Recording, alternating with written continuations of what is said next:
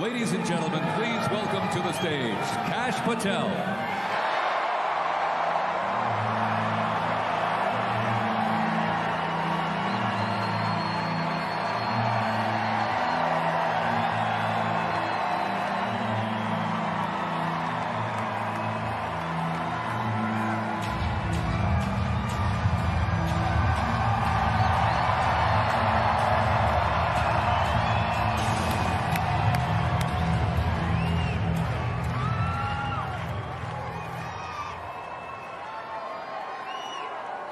My, oh my, how do you follow Elon Musk when he tells you you're going to take you to Mars? I'll tell you how. He and I share something deeply. We love the American dream. And we have been given a gift by God today to usher in a new dynasty because we just inaugurated Donald J. Trump as our 47th president. And we just inaugurated J.D. Vance as our Vice President of the United States. And we did that because the American dream is alive and well, because you chose that our dream can be the dream for our children and the dream for our world. And we are at a crossroads here in America, but our future is bright because you had the courage to stand for your convictions. So I'm humbled here to talk to you about why I love the American dream. My story's pretty simple, it's unique, and some of you share in it. My parents were born and raised in East Africa.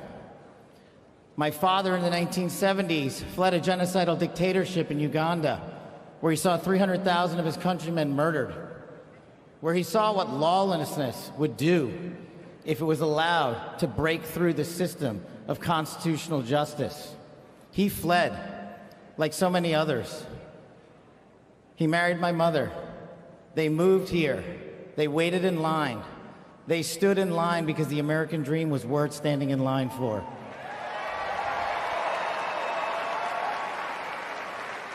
That dream is woven into the fabric of this nation, and our immigration policy is the greatest policy in the world. And now that we have Donald J. Trump and J.D. Vance, it will become the greatest policy in the world again.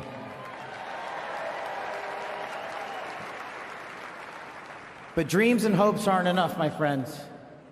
We got to get to work. And we got to accept the realities that too many of you know from your communities. President Trump launched in his first term priorities of national security, law enforcement, economy, and global diplomacy. But now we have to retread some of that. And I'd just like to go over a few of the things that our community has been living under these last few years. In the last calendar year alone, we had 100,000 drug overdoses. In the last calendar year alone, we had over 100,000 rapes. In the last calendar year alone, we had 17,000 homicides. That is unacceptable in 2025 in the United States of America. That is why we need constitutional law and order. When I read the statistic that for the age group of 18 to 45, the #1 cause of death is CCP fentanyl. We are not prioritized to go after the threats that face this country, and most of all, that face our future generations. But thank God, we will be starting right now.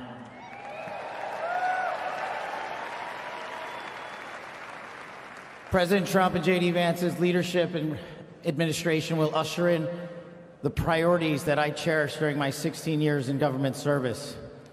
That we will always, always honor the men and women who wear the cloth of our nation and stand on that wall and tell you nothing's getting by them tonight. And so to them, thank you.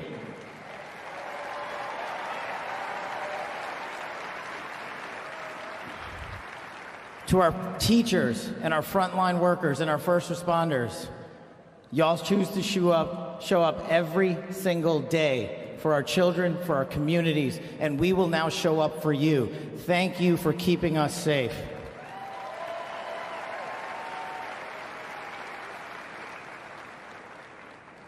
To the men and women in law enforcement, and maybe I'm biased on this one, Our police officers, our sheriffs, our federal agents are some of the greatest warriors that God has ever created. And we will put them first because they have our backs, and now we will have your backs.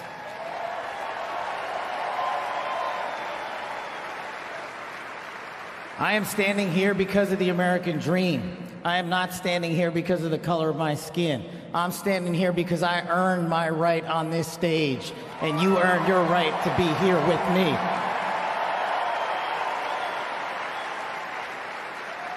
And I promise you this, with every fiber of my being, that our law enforcement, that our teachers, that our first responders, that our veterans, that our men and women in uniform who dare to serve this country and put themselves below the rest of our needs will be reprioritized to the top of the heap because they are standing on that wall, and we will not let that light go dark on them.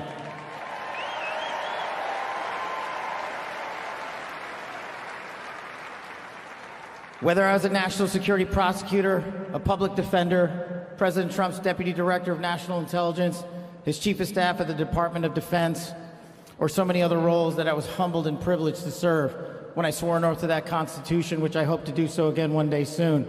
You have my word that you have ushered in a dynasty of change. You have ushered in a dynasty that will allow our children to live this American dream. My American dream. I am living the world's American dream. I am the son of lawful immigrants. We worked our tails off just like you all do, and I'm gonna make you a deal. I promise you I will never quit on your children. I will never quit on their children, because this American dream does not belong to me. It does not belong to them. This American dream belongs to the world.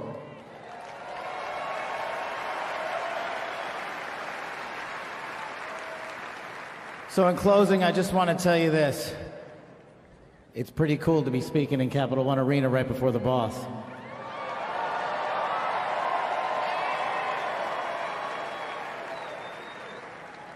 You've inspired me beyond words.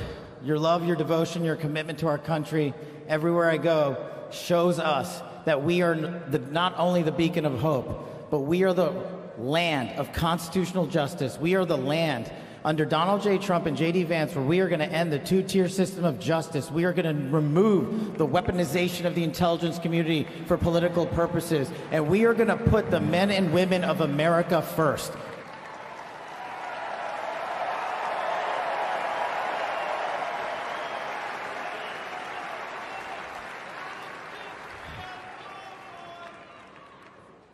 So listen, there's just one thing left to do. We all got work to do. We've got the greatest president and the greatest vice president in the history of the world. And so I just need you all to do a little bit more. Every time you see a law enforcement officer, every time you see a veteran, every time you see a teacher, shake their hand. Give them a little bit of your time, because they're giving us all of our time. And don't forget to enjoy the ride, ladies and gentlemen. God bless America. God bless these United States of America. God bless every one of you. I'm living the American dream. My name is Kash Patel, and I ain't going anywhere. Let's go to work.